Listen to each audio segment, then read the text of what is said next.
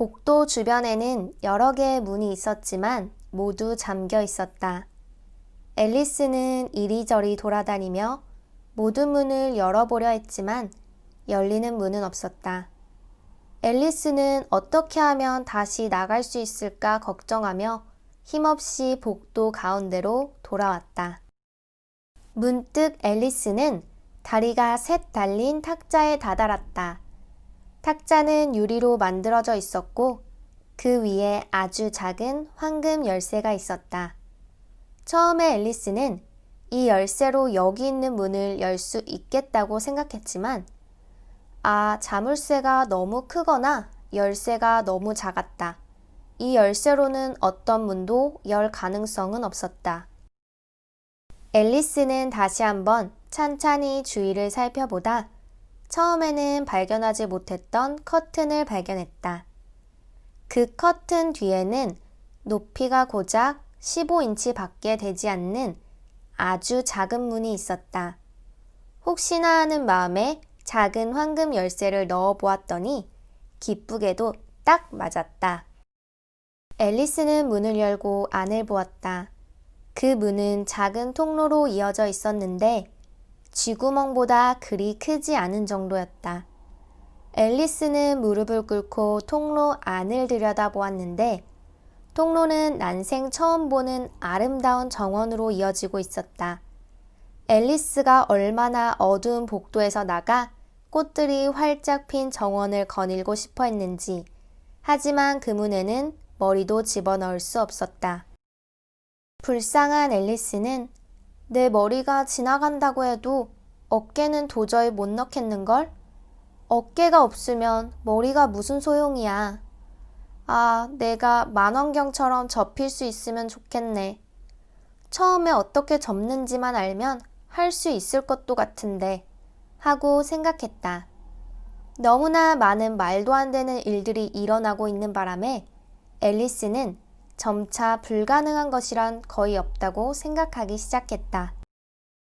문 옆에서 기다려봐야 아무 소용이 없었기 때문에 앨리스는 혹시 다른 열쇠는 없는지 기대하며 테이블로 돌아왔다.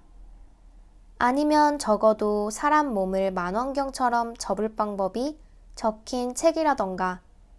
이번엔 탁자 위에 작은 병이 하나 있었다. 앨리스는 이건 아깐 없었는데 하고 말했다. 병목에 걸린 종이 표지에는 크고 아름다운 글씨로 날 마셔요 라고 적혀 있었다. 병에는 알기 쉽게 날 마셔요 라고 적혀 있지만 영리한 앨리스는 서두르지 않았다.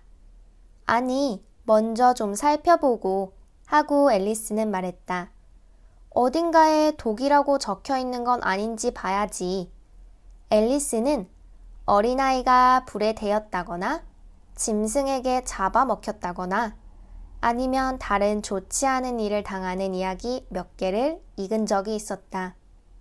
이 모든 것들이 친구들이 이전에 가르쳐준 간단한 규칙을 기억하지 않아 생긴 일이었다. 예를 들어 빨갛게 달아오른 부직갱이를 너무 오래 잡고 있으면 불에 대게 되고 손가락을 칼에 너무 깊게 베면 피를 흘리게 된다든가 하는 것들이었다. 그리고 앨리스는 독이라고 쓰인 병에 든 것을 마시면 조만간에 몸이 안 좋아진다는 것을 똑똑히 기억하고 있었다. 하지만 병 어디에도 독이라고 적혀 있지는 않았다. 그 때문에 앨리스는 용감하게 우선 맛을 보았다. 맛이 정말 좋았기 때문에 체리 타르트, 커스터드, 파인애플, 구운 칠면조, 땅콩 사탕, 버터를 바른 따끈한 토스트를 합쳐 놓은 것 같은 맛이었다. 앨리스는 곧 단숨에 병을 비웠다. 이상한 느낌인걸? 내가 망원경처럼 접히고 있나 봐. 앨리스가 말했다. 정말 그랬다. 앨리스는 이제 작게 줄어들어 키가 10인치밖에 되지 않았다. 이제 문을 지나 아름다운 정원으로 갈 수 있는 딱 맞는 크기가 되었다는 생각에 앨리스의 얼굴이 환해졌다. 하지만 앨리스는 몸이 더 줄어들지는 않는지 먼저 몇 분 동안 기다려 보기로 했다. 앨리스는 약간 걱정하고 있었다. 양초처럼 완전히 다 없어져 버리면 어쩌지? 그러면 내가 어떻게 보이려나? 하고 앨리스는 말했다. 그러면서 앨리스는 초를 끄고 나면 불꽃이 어떻게 보였는지 기억해내려고 했지만 그런 것을 본 적이 있었는지도 기억나지 않았다. 조금 후에도 아무 일이 일어나지 않자 앨리스는 정원으로 가기로 마음먹었다. 그러나 문 앞으로 간 앨리스는 딱하게도 작은 황금 열쇠를 탁자 위에 그냥 두었다는 걸 깨달았다. 다시 탁자로 돌아왔지만 앨리스는 열쇠에 손이 닿지 않을 거란 걸 깨달았다. 유리 탁자 너머로 열쇠가 분명히 보였지만 기어 올라가려고 아무리 노력해도 탁자 다리는 오르기에 너무 미끄러웠다. 지쳐버린 앨리스는 주저앉아 울었다. 운다고 될 일이 아니잖아. 당장 여기서 떠나야 해. 앨리스는 자신에게 단호하게 말했다. 앨리스는 자주 자신에게 조언하거나 그 말대로 실천하는 경우는 매우 드물었지만 종종 스스로 너무 혹독하게 꾸짖어 눈물이 날 때도 있었다. 한 번은 마치 둘이서 하는 것처럼 혼자 크로켓 게임을 하다가 자신에게 속임수를 쓴 대가로 자기 뺨을 때리려고 한 적도 있다. 지금은 둘인 것처럼 하는 건 쓸모없잖아. 왜 나는 한 사람 노릇하기도 힘든 거야? 하고 불쌍한 앨리스는 생각했다. 얼마 지나지 않아 앨리스는 탁자 밑에서 작은 상자 하나를 발견했다. 그 안에는 작은 케이크가 들어있었고 케이크 위에는 건포도로 날 먹어요 라고 적혀 있었다. 좋아, 먹어주지.